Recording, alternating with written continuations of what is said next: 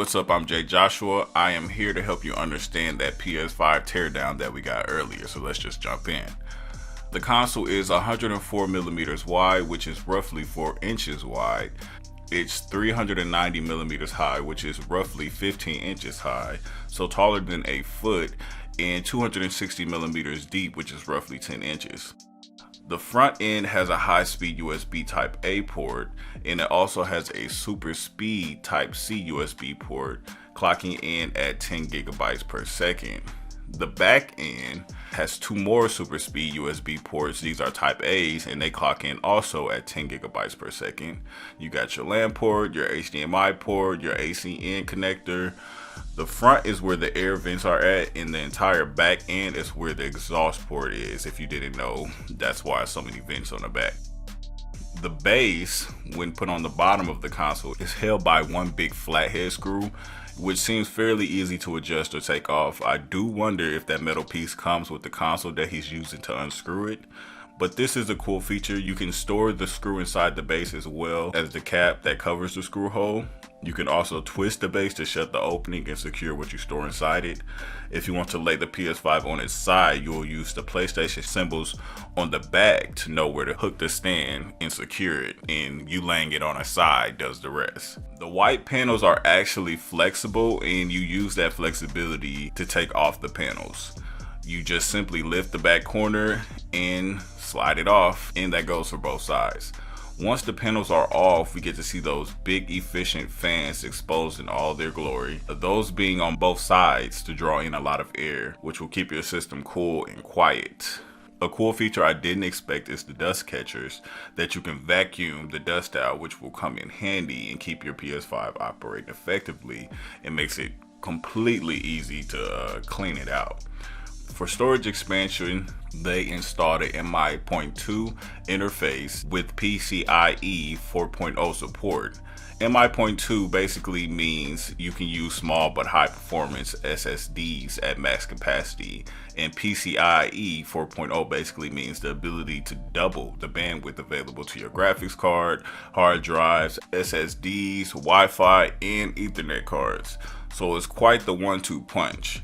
And there is only one metal plate to unscrew to get to it, making it hidden but accessible. Now, to avoid clumsily explaining what he did to begin the teardown, I'll just let you watch. Okay, now I'm back. So we first have the cooling fan, which is way bigger than I expected from first glance. It's a double-sided air intake fan, being 120 millimeters in diameter, so roughly 4 inches of space taken flat, and 45 millimeters thick, which is only an inch and some change. The casing seems fairly easy to take off. He first takes out the Ultra HD Blu-ray drive unit. That's where your game disc goes, and it's actually covered in sheet metal and mounted with 2 layers of insulators to reduce drive noise and vibration when the disc spins, which is pretty thoughtful and cool. Now, if you ever wanted to do a teardown yourself, this step is important before moving the shield. You need to disconnect the cable leading to the Wi-Fi 6 and Bluetooth 5.1 antenna. If you rip these cables, you will not be able to use the Wi-Fi or Bluetooth, and your console is basically a dud. But once you take off these 2 cables and remove the shield, the beautiful Zen 2 CPU will be exposed. It has 8 cores and 16 threads and can run up to 3.5 gigahertz. The GPU can be driven up to 2.33 gigahertz and delivers 10.3 teraflops. For memory, they use the GDDR6 16 gigabytes to deliver a maximum bandwidth of 448 gigabytes per second. For storage, they've utilized an onboard 825 gigabyte SSD instead of a traditional HDD. To get the most out of that SSD, they added a custom SSD controller, which makes read speeds as fast as 5.5 gigabytes per second at raw data transfer rates, which is impressive, making load times almost non-existent. That's how in the new Ratchet & Clank game, they literally can load up worlds in seconds. The SOC, aka the SoC, which is basically the integrator of the CPU graphics and memory, hard drive and USB connectivity, and etc., mirror will be a small die running at a very high clock rate. Because of its extreme capability, it also came with a very high thermal density. So they increased the performance of the thermal conductor, aka the TEM, significantly, and it sits between the sock and the heatsink, respectively. The cool thing the PS5 uses for cooling is actually what the TEM is, liquid metal, which just sounds cool, honestly, but it ensures a long-term, high cooling, stable performance. They spent 2 years preparing this liquid metal cooling for the system.